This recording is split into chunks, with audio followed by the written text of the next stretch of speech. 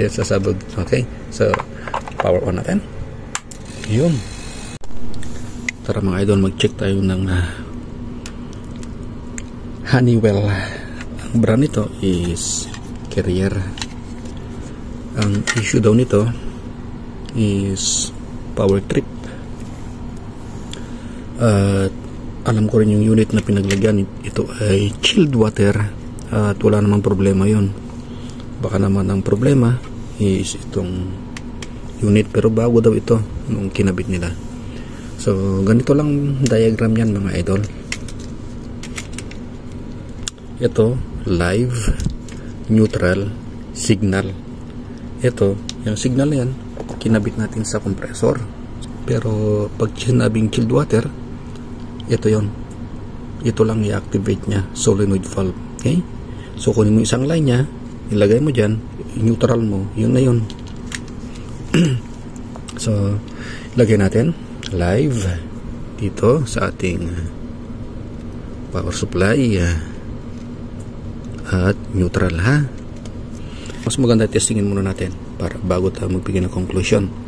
So kinabit natin sa isang speed nya, so speed na itong tatlo na to.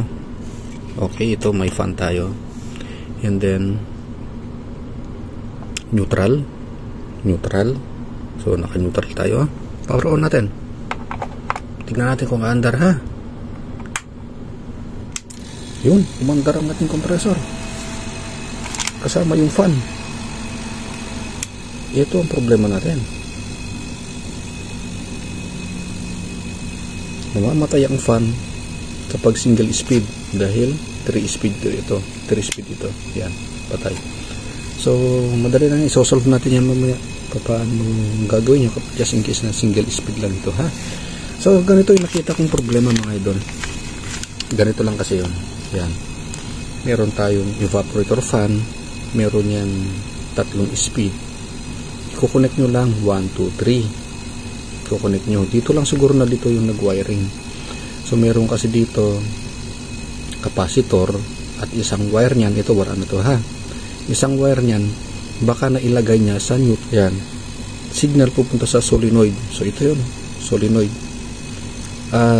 Yung isang wire na to dapat wag nyo nang i-wire sa line.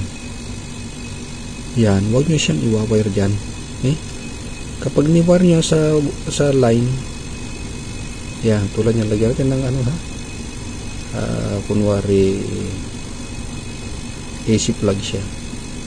Yan,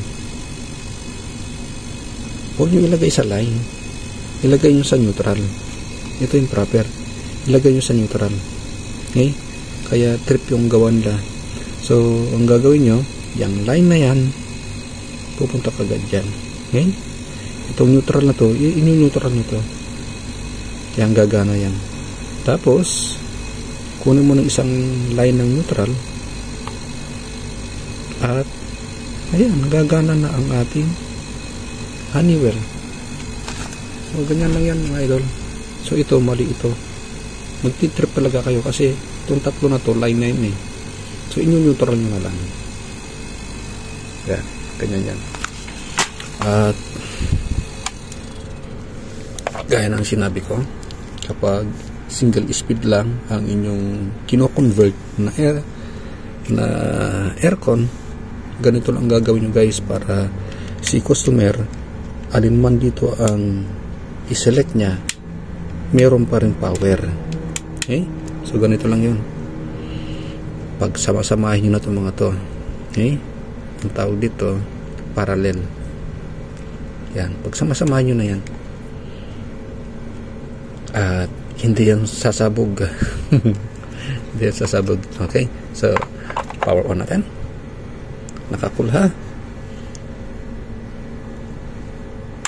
Yun, so sa ngayon nasa loob, tignan nyo yan na,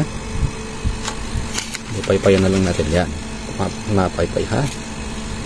Ilagay natin sa medium, hindi pa rin namatay. Ilagay natin sa high, hindi pa rin namatay. So ganyan lang ang gawin yung mga idol, walang salubong dyan.